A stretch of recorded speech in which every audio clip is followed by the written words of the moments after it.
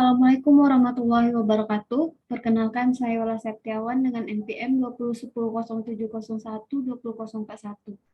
Di sini saya akan menjelaskan tugas ke-10 mengenai sistem surveillance kesehatan masyarakat dengan pembahasan penyelenggaraan sistem surveillance terpadu, penyakit menular dan penyakit tidak menular yang diampu oleh Bapak Dr.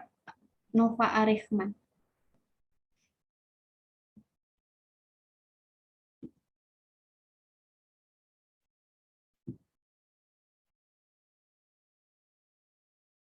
Masuk ke soal yang pertama, yaitu menjelaskan dan memberikan contoh penyelenggaraan sistem surveillance terpadu penyakit menular dan penyakit tidak menular.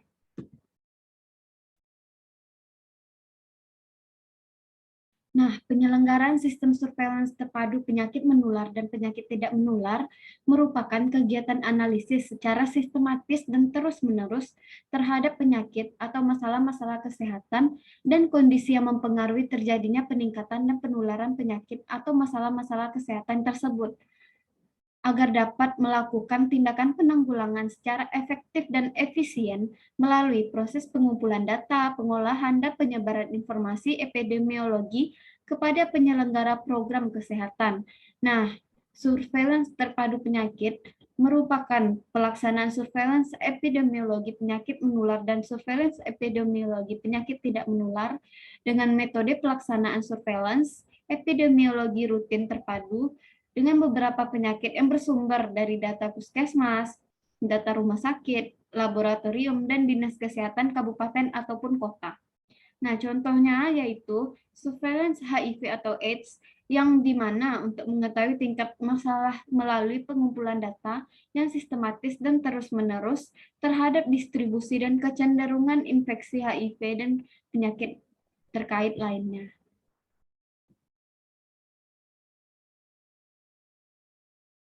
Masuk soal yang kedua, yaitu mengemukakan tujuan dan contoh tujuan penyelenggaraan sistem surveillance terpadu penyakit menular dan penyakit tidak menular.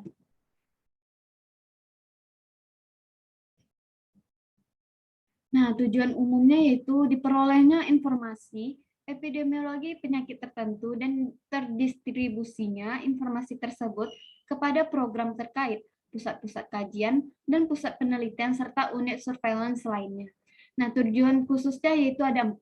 Yang pertama, terkumpulnya data kesakitan dan data laboratorium dan data KLB penyakit dan keracunan di puskesmas, rumah sakit, dan laboratorium sebagai sumber data surveillance terpadu penyakit.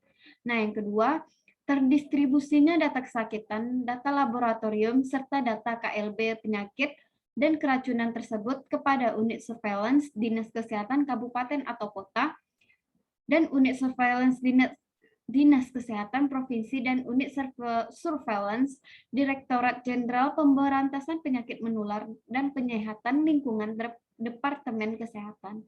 Nah, yang ketiga yaitu pelaksananya pengolahan dan penyajian data penyakit dalam bentuk tabel, grafik, peta, dan analisis epidemiologi lebih lanjut oleh unit surveillance Dinas Kesehatan Kabupaten atau Kota, Dinas Kesehatan Provinsi, dan Dinas Kesehatan lainnya. Lalu yang keempat, terdistribusinya hasil pengolahan dan penyajian data penyakit beserta hasil analisis epidemiologi lebih lanjut dan rekomendasi kepada program terkait. Nah, di mana program ini terdapat di puskesmas, rumah sakit, laboratorium, kabupaten atau kota, provinsi nasional, pusat-pusat riset, pusat-pusat kajian, dan lainnya. Soal yang terakhir yaitu mengemukakan ruang lingkup dan contoh ruang lingkup penyelenggaraan sistem terpadu surveillance penyakit menular dan penyakit tidak menular. Nah, ada 6 ruang lingkup sistem surveillance terpadu penyakit menular dan penyakit tidak menular.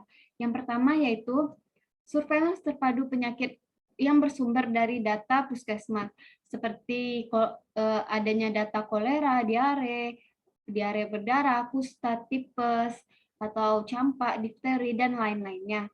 Lalu yang kedua, surveillance terpadu penyakit bersumber dari data rumah sakit. Nah, contoh datanya tuh seperti data kolera ataupun meningitis, hepatitis, terus ada kusta dan lain-lainnya. Lalu yang ketiga, surveillance terpadu penyakit bersumber dari data laboratorium, di mana seperti data malaria vivax, malaria falciparum, resistensi abiotik, dan enterovirus.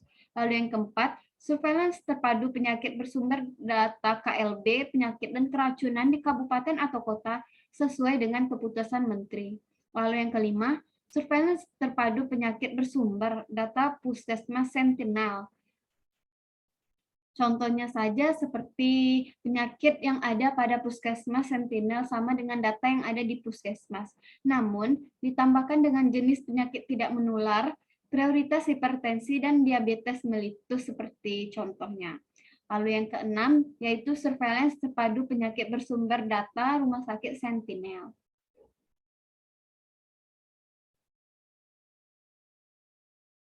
Nah, sekian hasil pemaparan materi dari saya.